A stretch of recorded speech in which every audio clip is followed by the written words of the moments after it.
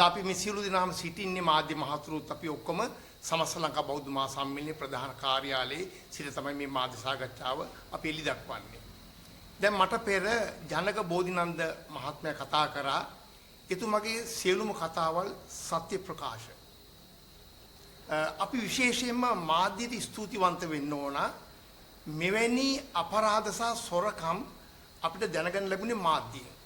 හේතුව තමයි සුසන්ත කියලා මහත්මයෙක් විදේශ සිට තමයි මේ ප්‍රකාශය කරේ. බෞද්ධ මහා සම්මේලනයේ මෙහෙම දේපල තියෙනවා. මේ දේපල විනාශ වෙනවා.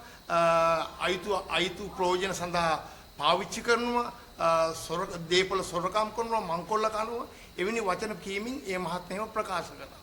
පසුව මම සමස්ත ලංකා බෞද්ධ මහා සම්මේලන නීතියානුකූල සභාපති හැටියට බෞද්ධ මහා සම්මේලනයේ හිටපු සමාජිකයින් විධායක සභිකයින් සමග අපි ගියා 2025 11 වෙනි මාසේ 25 වෙනි දින ওই ස්ථානෙට ගිහිල්ලා අපි පරීක්ෂණ පැවැත්තුවා. අත් වශයෙන්ම එහෙම සිදුවීමක් සිදු වෙලා තියෙනවා. ඒ සිදුවීම සම්බන්ධයෙන් අපි අපහසුතාවයන් බැලුවේ නැහැ. දේශගුණය බොහොම වෙනස් වීමකින් තිබුණේ. ඒ කිසි දෙයක් අපි හිතුවේ නැහැ. මහා වරුසාවේ අපි තෝඩුවාව පොලිසියට ගියා. තෝඩුවාව පොලිසියට ගිහිල්ලා අපි මේ පැමිණිල්ලක් දැම්මා. පැමිණිලි අංක තමයි CIB 34 ඇලීරක් 194. අපි පැමිණිල්ලෙන් කියලා සිටියා මේ වෙන වංචාව සම්බන්ධයෙන් වහම පරීක්ෂණයක් පවත්වන්න හැකියික්මනින් ස්ථානීය පරීක්ෂණයක් පවත්වන්න කියලා. තවදුරටත් සාකච්ඡා කරගෙන යනකොට මේ දේපොලේ වටිනාකම 1.2 බිලියන් ගාණක් වටින දේපොලක්. මේක සොයාගෙන යනකොට ව්‍යාජ ලේඛන සම්බන්ධ වෙලා තියෙනවා. එම නිසා මම පොලිස්පතිතුමාට 2025 11 වෙනිදා ලියුමක් ලියනවා. මේ පැමිණිල්ල අපරාධ පරීක්ෂණ දෙපාර්තමේන්තුවට යොමු කරලා පරීක්ෂණ පවත්වන්න ඊට සලසලා දෙන්න කියලා. අපි මේ ලිපිය එතුමාට ඉදිරිපත් කරලා තියෙන්නේ. ඉතින් මේව හරිම කනගාටුදායක තත්ත්වයන්. බලාත්කාරයෙන් රැඳී සිටිමින් ඇත්ත වශයෙන්ම මට හිතා ගන්න බෑ කොහොමද මෙයයි මේ කරන්නේ කියන එක. හැමතිස්සෙම ওই චන්ද්‍රනිමල් වාගිෂ්ඨ කියන මහත්මයා රාජ්‍ය නිලයන් පාවිච්චි කරන් තමයි මේ වැඩ කටයුතු කරන්නේ. ලොකු අසාධාරණකම් ක්‍රියාකාරකම් කරා. විශේෂයෙන්ම අල්ලස්සෝ දූෂණ විමර්ශන කොමිෂන් සභාවේ කොමසාරිස්වරයෙක් හැටියට සිටියේදී නිල වර්ණයක් කැඳවලා එතුමාවම පත් කර ගැනීමේ චේතනාවෙන් එම කොමිෂන් සභාවේම තවත් කොමසාරිස්වරියක් වන දීපාලි විජේසුන්දර මහත්මිය ඒ කොමිටියේ සභාපති කරලා බොහොම අයුතු දූෂණ ක්‍රියාවක් කළා. ඒ දූෂණ ක්‍රියාවෙන් අගතියටපත් වූ ප්‍රාශ්‍රය තමයි මේ ලෝක බෞද්ධ මහා සම්මේලන ශ්‍රී ලංකා මධ්‍යස්ථානයේ ලේකම් ජයන්ත පීරිස් මැතිතුමා ප්‍රවීණ මාධ්‍යවේදියෙක් ඔබතුමාලා දන්නවා ඇති. ඒ වගේ තමයි එතුමා සමස්ත ලංකා බෞද්ධ මහා සම්මේලනයේ නීතියානුකූල ප්‍රචාරක මණ්ඩලයේ සභාපති. ඒක කාටවත් වෙනස් කරන්න බෑ. අධිකරණ තීන්දුවක් පැහැදිලිව තියෙනවා. එහෙම තිබීදී තමයි මේ ඔක්කොම අයුතු නීති විරෝධී වැඩ කටයුතු කරන්නේ. ඔබතුමාලාට කියන්න ඕන අපේ දේපල ගත්තම හෝටන් ප්‍රදේශයේ තියෙනවා බිලියන 4ක් 5ක් වටින නිවසක්. ඒක දැන් අන්සතු වෙලා තියෙනවා. කාසල් වීදියේ තියෙනවා බිලියන 1ක් විතර වටින ස්ථානයක්. ඒක දැන් අන්සතු වෙලා තියෙනවා. හරිම කනගාටුදායක තත්ත්වයන්. පොලිස් පරීක්ෂණත් යනවා. පොලිස් පරීක්ෂණ ගියාට ඒ පොලිස් පරීක්ෂණ වලට මේ චන්ද්‍රනිමල් වාගිෂ්ඨ මහත්මයා පොලිසිය හිටපු කෙනෙක් නිසා බලපෑම් කරනවා. ඒක අපිට පැහැදිලිවම හවුවෙලා තියෙනවා. අපි නීතියානුකූලව පොලිස් ප්‍රතිතුමත් පොලිස් අමාත්‍යාංශයත් අපි දැනුවත් කරලා තියෙනවා. ඉතින් ඔබතුමාලා හිතන්න මේ දේපවල් පූජා කරලා තියෙන්නේ අපේ ආදි මුතුන් මිත්තෝ. ආදි නායකයෝ. මේ සම්මේලනයට ආදරයක් ගෞරවයක් පිනක් තකා තමයි මේ දේවල් පූජා කරලා තියෙන්නේ. මේ දේපොළ වල කොහොමද අපි මේ ආකාරයෙන් අන්සතු කරන්නේ? විකුණන්නේ. සමහර දේපොළ විකුණන්න කටයුතු කරනවා. සමහර දේපොළ හුවමාරු කරන්න කටයුතු කරනවා. මේ පමණක් නෙවෙයි. ඔබතුමාලා දන්නේ කහවත් තියෙනවා මොකද? අටකලම් පන්නේ අමරසේකර වැඩිහිටි නිවාසයේ. මැණික් ආකරයක්. මේ මැණික් ආකරෙක් දැන් මැණික් කරන හොරෙක්. ඒත් පොලිසිය නිලධාරීන් විශ්‍රාමිකයේ නිලධාරීන් දාගෙන ඒ සමහර වටිනා කියන නිලධාරි මහතුරු ඉන්නවා. ඒ අය මේව දන්නේ නැහැ. අපි සාමාන්‍යයෙන් හිතුවම මම පොලිස්පතිතුමාට පණිවිඩයකුත් ලෑස්ති කරලා කියන්න කියලා පොලිසියේ ඉන්නවනම් බොහොම වැදගත් මහත්තුරු විශ්‍රාම ගිය හෝ නොගිය මෙතනට සම්බන්ධ කරන්න. දැන් මේ පොලිසියෙන් ඇවිල්ලා ඉන්න දෙන්නයි තුන් දෙනා ඉන්නේ. ඒ දෙන්න තුන් දෙනාට බරපතල චෝදනා. එසේ මෙසේ චෝදනා නෙවෙයි තියෙන්නේ. කොමිෂන් සභාවලින් මිනිමෙරුන් චෝදනා ඉදිරිපත් කළා තියෙනවා. අනිත් එක චන්ද්‍රනිමල් වාකිෂ්ඨ මහත්මයාගේ උසස් වීම ඔක්කොම නීත්‍යානුකූල නැහැ, අනීතිකයි. මොකද ඒ අවස්ථාව වෙනකොට එතුමා පොලිස් පරීක්ෂකවරයෙක් හැටියට ඉඳන් තමයි ওই උසස් වීම ලබාගෙන තියෙන්නේ. ශ්‍රේෂ්ඨාධිකරණයේ මූලික අයිතිවාසිකම් පෙත්සමකින් එතුමාව වැඩිකාරයෙක් කරලා තියෙනවා. එහෙම තිබිද්දී බලපෑම් කරලා තමයි උසස් වීම ලබාගෙන තියෙන්නේ. එපමණක් නෙවෙයි ජනාධිපති ලේකම් කාර්යාලයේ අධ්‍යක්ෂ ජෙනරාල්වරයා හැටියට වැඩ කටයුතු කරලා තියෙනවා. එපමණක් නෙවෙයි ඔබතුමාලා හිතන්න අල්ලස්සෝ දූෂණ විමර්ශන කොමිෂන් සභාවේ කොච්චර පිරිසිදු මිනිස්සුද ඉන්න ඕනේ කියන එක. මේ විදිහට කොමිෂන් සභාවකින් වැඩිකරු කරපු අනිත් එක ශ්‍රේෂ්ඨාධිකරණයේ මූලික අයිතිවාසිකම් පෙත්සමකින් වැඩිකර කරපු අනිත් එකේ පැමිණිල්ල දාලා තින්නේ අපි නෙවෙයි පොලිස් පරීක්ෂකවරුන්ගේ සංගමය. ඒ අය තමයි මේ වෙලි දක්වලා තියෙන්නේ. මෙයාට මේක දෙන්න සුදුසු නෑ. මේම චෝදනාවට ලක් වෙච්ච මහත්මයෙක් කියලා. ඉතින් අන්න ඒකයි බලන්න අල්ලස්සෝ දූෂණ කොමිෂන් සභාවත් රැවට්ටුවානේ. දැන් මගේ ගැන ඔබතුමාලට කියන්න ඕන මගේ ගැන දන්නේ මමම පමණයි. මට තියෙන චෝදනාවෝ නිවැරදිභාවයෝ වැරදිභාවය මම කියන්න ඕන. දැන් මේ මහත්මයා ඒව වසන් කරගෙන තමයි මේ සියලුම නිලතල අරගෙන ඒ බලපෑම් කරලා බෞද්ධ සම්මේලයට පුදුමාකාර බලපෑමක් කරනවා. හිතා ගන්න බෑ සමහර දේවල් මේ මාධ්‍යයෙන් ප්‍රකාශ කරන්න බෑ. සමහර රාජ්‍ය නිලධාරීන් ඇවිල්ලා කරන අකටයුතු ක්‍රියාකාරකම්. මොකද ඒගොල්ලෝ දැනුවත් වෙන්න පුළුවන්, උද්දවත් වෙන්න පුළුවන්. ඒ අයගේ පරිපාලන සේවයට ලොකු අගතියක් වෙන්න පුළුවන්. මම මාධ්‍ය තුලදී මේක ප්‍රකාශ කරොත් එහෙම. නමුත් නෛතික ක්‍රියාමාර්ග අරන් තියෙනවා. නෛතික ක්‍රියාමාර්ග කියන්නේ පොලිස්පතිතුමාට කියලා පොලිසිය පැමිණිලි දාලා තියෙනවා. අල්ලස්සෝ දූෂණ කොමිෂන් සභාවේ අධ්‍යක්ෂක ජෙනරාල් රංග දිසානක මැතිතුමා හම්බෙලා එතුමාට ඒකට පැමිණිලි දාලා තියෙනවා.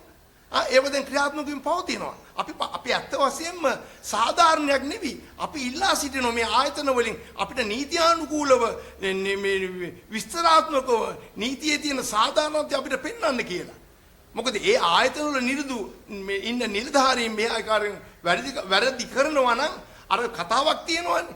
මොකද්ද මේ වැටත් නියරත් ගෝයන් කනවා නම් කවර කතාවද කියන වගේ ඒ වගේ දෙයක් මෙතන වෙන්නේ.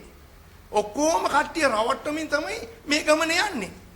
ඔබතුමාලට ලොකු කාර්යභාරයක් තියෙනවා. මේ අපරාධ අපිට එලි කරේ මාධ්‍ය තුලින්. අපි මේ මාධ්‍යයට සුසංස මහත්මයාට නැවතත් ස්තුතිවන්ත වෙනවා. අපි ඔබතුමාලගෙන් ඉල්ලා සිටිනවා මේව ප්‍රසිද්ධියටපත් කරන්න. අපේ සියලු සමාජිකයන් දැන් බලන්න අපිට ඉන්නෝ සමාජිකයන් දසදහසකට ඉක්ම වූ සංඛ්‍යාවක් අපි ළඟ ඉන්නවා. නමුත් මේ 3-4 දෙනෙක් 5-6 දෙනෙක් වගේ කට්ටිය තමයි මේ අපරාධ කරන්නේ. නම් ගම් වශයෙන් ප්‍රකාශ කරන්න. අයිති මම ඔබතුමාලගෙන් ඉල්ලා සිටිනවා මේ අවස්ථාවේදී. මම මේ කතා කරන්නේ සමස්ත ලංකා බෞද්ධ මහා සම්මේලනයේ මගේ කාර්යාලයේ සිට. අපි පාළු ගෙවල් වල තනියෙන් වළම් බිඳින එකත් හරි නෑ. මම අභියෝග කරනවා මං ඉල්ලා සිටිනවා. චන්ද්‍රවිමල් වාකිෂ්ඨ මහත්මයාට විවෘතව මා සමග මාධ්‍යයේදී සාකච්ඡාවක් එකට එන්න කියලා මාධ්‍ය සාකච්ඡාවකට. එතකොට අපි ඔබතුමාලට තේරුම් ගයි කවුද සභාපති කියන එක. අධිකරණයට අපි අධිකරණ නියෝග වලට අපි කීකරු වෙන්න ඕන. කූට ලේඛන සකස් කරමින් ඉදිරියට යන ගමනක් කවුරුත් පිළිගන්නේ නැහැ. කූට ලේඛන කියන එක පැහැදිලිව ඔබතුමාලට අපිට පෙන්වන්න පුළුවන් ඉදිරිපත් කරන්න පුළුවන්. චන්ද්‍රනිමල් වාකිෂ්ඨ මහත්මයා අධිකරණ තීන්දුව වලට පටහැනිව තමයි සභාපති නිලයේ වැඩ කටයුතු කරගෙන යන්නේ. ඒක හරිම කනගාටුදායක තත්ත්වයක්. මම තමයි නීතියානුකූල සභාපති. ඒ නඩුව පැවරුවේ 62/12 විශේෂ නඩුව 57/16 විශේෂ නඩුව 57/61 විශේෂ නඩුව වගේ නඩු තුනක් තියෙනවා. පැහැදිලි තීන්දුව දීලා තියෙන්නේ. බොහොම පැහැදිලි. අනිත් එක ඔබතුමාලට කියන්න ඕන අපේ ජීවිත ගැන අපි බොහොම ප්‍රේසීමෙන් තමයි වැඩ කටයුතු කරන්නේ. අමුතුවෙන් කියන්න දෙයක් නැහැ. අපි අද මේ ස්ථානයේ මෙහෙම කතා කිරීමට සිටීම ගැන ඔබතුමාලා සතුටටපත් වෙන්න. අපේ ජීවිතය වලට යම්කිසි අහේනියක් නොවි. මේ වර්තමාන රජය ආවට පස්සේ තමයි ඇත්ත වශයෙන්ම අපි මේ සියලු දේවල් එලි දක්වන්න කතා කරෙත් මේ ඉදිරියට ආවේ. ඒ වගේම මාධ්‍ය තුලිනුත් හැමදේම අපිට මේව ඉදිරිපත් කරලා මෙන්න මෙහෙම අපරාධ වෙලා තියෙනවා කියලා. දැන් අපි ලොකු ක්‍රියාදාමයක යනවා. දැන් හිතන්න මේ අපේ හිටපු උපසභාපතිතුමා කිව්වා මේ පුරාවිද්‍යා ලිපිය මේ තියෙන්නේ. එතුමාගේ අවසරය අනිවාර්යයෙන්ම අවශ්‍යමයි. ඒක නෛතික ලේඛනයක්. අවසරය කියන එක. එහෙම කිසිම අවසරයක් නැතුව ආවට ගියාට ඔබතුමාලා ස්ථානට ගියානම් පුදුමයි. ඒ ඉඩමට අපි යනකොට ඒ ඉඩම අන්සතු වෙලා අනිත් එක වෙනත් කූට විදියට අත්පත් කරගෙන ඉවරයි. වටේටම තහඩු ගහලා. හැබැයි දෙයියෝ දඩුවම් දුන්නා. වර්ෂාව ආව ගම් වතුරට සියලු දේවල් ගලවගෙන ගියා. සියලු දේවල් මම හිතන මූදටම යන්නේ ගලවගෙන ගිහිල්ලා තිබුණා. ඔන්න තත්ත්වය. අපිට තියෙන දහස්කන්ධය සෙල්ලන්නේ නැහැ. මෙතනට එන මුදල් ඔබතුමාලාට කියන්න ඕන. දැන් රජයේ මුදලක් ලැබෙනවා. ලක්ෂ 190ක් ලැබෙනවා කියලා හිතන්නකෝ. ලැබිලා තියෙනවා. දැන් රජයේ මුදල් තිබිද්දී රජයේ මුදල් අරයට මෙච්චරයි මෙයාට මෙච්චරයි කියලා බෙදාවෙන් කරගෙන වීදම් කරන්න බෑනේ. රජයේ මුදල් කොහොම හරි උපක්‍රමශීලීව බෞද්ධ සම්මේලනෙ ගෙන්න ගන්නවා. බෞද්ධ සම්මේලනේ අර ව්‍යාජ මුදල් හා කෘති ආදී මණ්ඩලය ව්‍යාජ විධායක සභාවත් නීති විරෝධී සභා සම්බන්ධ කරගන්නවා මේව බෙදා ගන්න විදිය. ඔන්න තත්ත්වය. ඔය රොෂාන් සම්පත් කියන ඇත්ත වශයෙන්ම තව දෙයක් කියන්න ඕන. බොහොම වැදගත් සමාජිකාවක් හිටියා වෛද්‍ය රාණි ප්‍රනාන්දු කියලා මහත්මියක්. ලොකු සේවයක් මේ සම්මේලනයට කරා. හරිනම් අනීතික වුණත් මම පිළිනොගත්තත් කමන්නේ අපි ඉඩ දෙමුකෝ. අපි කිසි දෙයක් මේ බදා ගන්න යුතු කාලයක් නෙවි. අපි සියලු දේවල් අත්හැරිය යුතු කාලයක් මේ තියෙන්නේ. අපිට කවුරුහරි සුදුසෙක් ඉන්නවනම් ඒ සුදුසුට බාර දීලා හරි අපිට තියෙන්නේ යහමගට යන්න ක්‍රමයක් සකස් කරලා දෙන එක පමණයි. වෛද්‍ය රාණි ප්‍රනාන්දු මහත්මියව මරණ තර්ජන එල්ල කරා. මමයි පැමිණිල්ල කුරුන්දොත්ත පොලිසියේ. මමයි පැමිණිල්ල කාන්තා ළමා කාර්යාංශයට මම එමුතිපිට පැමිණිලි කරේ. ඔබතුමාලා දන්නවද එහෙම හිටපු මේ මහත්මිය දවසක් මේ බිමේ මේ සම්මීල බිමේ සීසුන්ව අද වැටුණා. ගිලන් රතෙන් තමයි ආරෝග්‍ය ශාලාවට ගෙනිච්චේ. ඔන්න තත්ත්වය. කීර්තිමත් හරිනම් මම කියන්නේ නැහැ නිලේ මම පිළිගන්නේ නැහැ. නමුත් නියෝජ්‍ය සභාපති එතුමියට එහෙම හිරියර කරලා ඒ නිලයට ආවේ මද්දුමගේ රොෂාන් සම්පත් කියන එක්කෙනා. මම අහනවා මද්දුමගේ රොෂාන් සම්පත්ගෙන් ඔබතුමා ගැන අපි කියන්න ඕනේ නැහැ. ඔබතුමාගේ ගෙදර කට්ටියෙන් අහලා බලන්න ඔබතුමා බෞද්ධ මහා සම්මේලනයේ සුදුසුද කියලා අඩුම වශයෙන් නිලතලවලට නෙවෙයි සමාජිකත්වයට උනත් ඔබතුමාගේ යාළුවන්ගෙන් මං ඉල්ලා සිටිනවා ඒ වචනේ ඔබතුමා බෞද්ධ සම්මේලනයට සුදුසු කියලා කියන්නේ කියලා. එහෙම නුසුදුසු පුද්ගලයෙක් තමයි අච්චර සුදුසු කාන්තාවක් වෛද්‍ය රාණි ප්‍රනාන්දු මහත්මිය එළවල දාලා නීති විරෝධීව එතුමියගේ නිල ආරම්භ අද බලෙන් ක්‍රියාත්මක කරන්නේ. නමුත් මම ඒ නිල පිළිගන්නේ නැහැ. මොකද මට වෙනමම අධිකරණ තීන්දුවක් තියෙන අපිට ක්‍රියාත්මක වෙන්න. නමුත් එසේ තිබීදී හෝ කරන වැඩ කටයුතු ඊටම මර ස්වරූපයක් කඩාකප්පල්කාරී ස්වරූපයක් ගෙනගෙන යන්නේ. මොකද අත් වශයෙන්ම හරි පෞසිද්ධ වෙන ඔබතුමාලා කියන්නේ මේ අපි කතා කරන්නේ සමස්ත ලංකා බෞද්ධ මහා සම්මේලනයේ සිට මුළු ලංකාවම නියෝජනය කරන සමස්ත ලංකාවේම බෞද්ධයන් රකින්න ඉන්න ආයතනය මොනවද කරන්න කියන්නේ? මොනවද මෙච්චර විපතක් මේ රටට වුණා. මොකද්ද කරේ කියන්නකෝ. කරේ මොකද්ද? ප්‍රසිද්ධිය ලබා ගන්න. එතන නීතියෙන් බේරීම සඳහා වෛද්‍ය රාණි ප්‍රනාන්දු මහත්මියගේ නියෝජ්‍ය සභාපති ධූරය උදුරගෙන නියෝජ්‍ය සභාපති කියලා කියා ගන්නා රොෂාන් සම්පත් ඒක මොකද ඒකට කියන්නේ මේ තහවුරු වීම සඳහා මාධ්‍ය තුල තහවුරු වීම සඳහා නීතිය තුල තහවුරු නුනත් අනවශ්‍ය ප්‍රසිද්ධියක් ගත්ත නියෝජ්‍ය සභාපති කියලා ගලා රටේම බඩු එක්කව කරා. ඒ බඩු වෙච්ච දෙයක් නැහැ. වෙච්ච දෙයක් නැහැ. තව දේවල් තියෙනවා මම කියන්නේ. අපේ හිටපු කීර්තිමත් සමාජිකයෙක් මතක් නොකරොත් හරි නැහැ. 59 61 නඩුවේ පැමිණිලිකරු. අනේ කියන්න මේක අහගෙන ඉඳි මිනි මරුවා. ඝාතනයට ලක් කරා. මෙරුවා.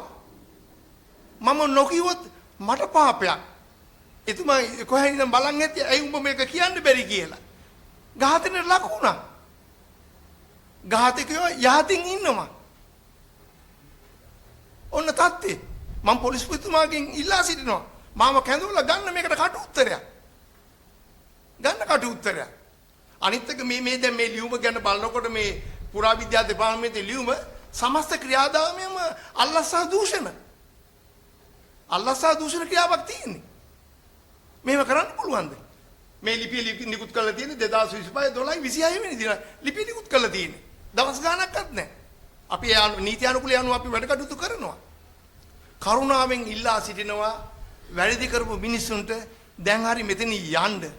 සමාජිකයන්ට මේ ස්ථානෙ ඉඩ දෙන්න.